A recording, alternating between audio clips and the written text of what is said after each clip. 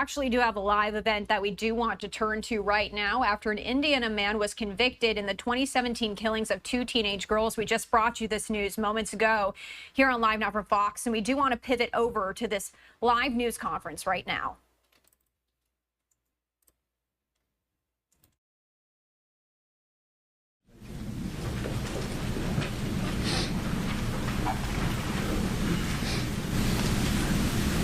Good morning. My name is Jeremy Piers with the Indiana State Police. I'd like to thank you all for being here today and for your continued cooperation throughout the course of this trial. I'd also like to extend a special thank you to the Canal Center for allowing us to use their facility today. As we move forward, we remain committed to keeping Abigail Williams and Liberty German at the center of our focus. Their memory has guided us every step of the investigation, and the photo displayed behind us serves as a powerful reminder of why we're here and what this case has always been about. Due to the gag order, it has been some time since we have spoke publicly about this case. Now that the order has been lifted, we're grateful to be here today and speak to all of you. Before we get started, I'd like to introduce to you the speakers: Mike Patty from the families, Carroll County Sheriff Tony Liggett, Indiana State Police Superintendent Doug Carter, and Carroll County Prosecutor Nick McClelland.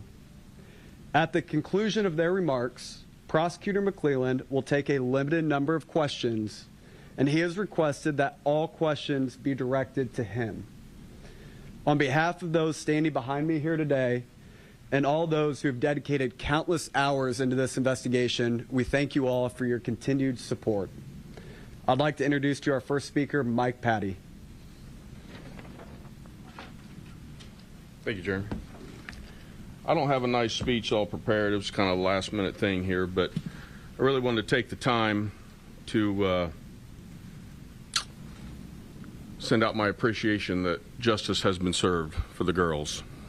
I want to thank the jurors. I hope they get a chance to see this, that they took time out of their lives and remained open-minded and objective and was able to look at the information and deliver a verdict. For that, I will always be grateful. The community. This community has embraced our families from day one and continues to lift us up and support us. And again, for that, I'll always be grateful. I want to thank them. To the investigative team and the prosecution, thank you for staying steadfast and continuing to work towards this. It's been almost 8 years coming. If I live to make it 80, it'll almost be 10% of my life has been spent working on this. And to the judge, I want to thank her as well for her steadfast staying on course, staying on track, and helping us get through this. Thank you very much. Tony.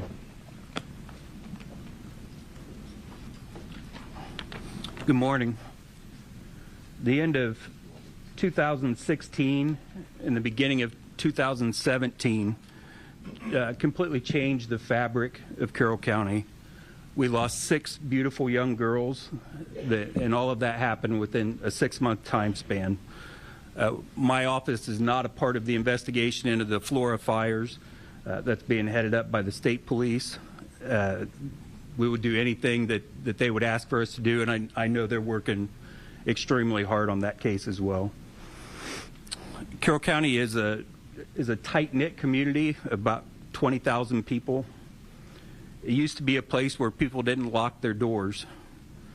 I believe that the verdict and the sentencing will help ease some of that sense of security for the people of Carroll County. The people who live here are very resilient. I think you can see that just in the families, the Germans, the Patties, the Williams. Carroll County is an amazing place to live, to work, to raise your family. I want to thank all of the people of Carroll County and the families for their patience during this investigation. I keep hearing the word closure. People are coming up to me saying, I bet that you're glad that there's finally closure. There will never be any closure in this case. The Germans in the Williams family lost their daughters, their granddaughters, their siblings. Justice, a form of justice was served, but it does not bring Abby or Libby back. These families will live every day without two of the most important people in their lives. They're missing milestones because of a low-life coward decided to take their innocent lives. They did not deserve this. Today is not closure. It is just turning the page and starting a new chapter. My heart is and always has been broken for these families. I want them to know that we stand with them, and I want to apologize to them that it took 8 years for us to get to this point. This case was quite the undertaking for the Carroll County Sheriff's Office. There are so many people that put a lot of time in assisting us with bringing it to a conclusion. You see a lot of them right here, and there are many that aren't standing up here. There are so many agencies to thank for standing by our side. Just to give you an idea of the support that we had just for the trial, we had 36 outside agencies help us for just the security during the trial. On the afternoon of February 14th, at least that many came to help us investigate this case. Everyone from detectives down to dispatchers to help investigate or just answer phones.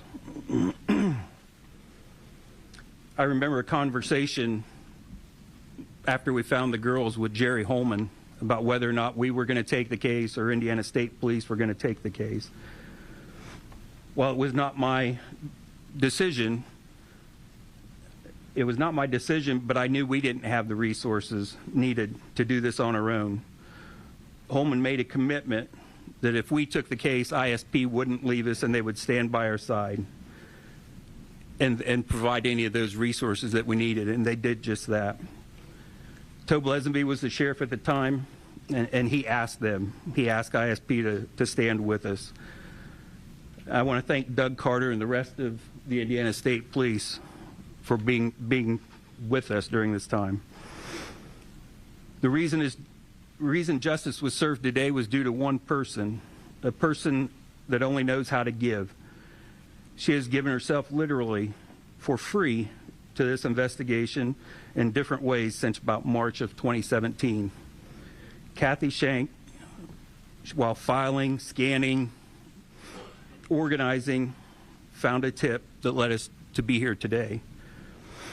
Throughout this investigation, especially when things happened during the month, for things that happened during the month of 2017, that was a time when Kathy was not helping us.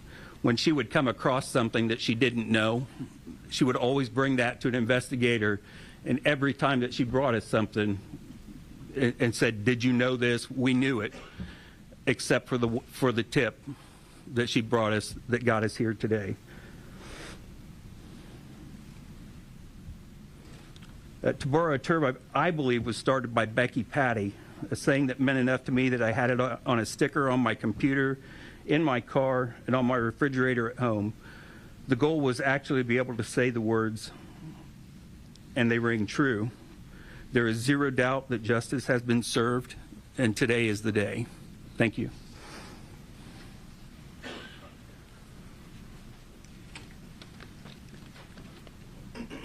I had prepared remarks today, but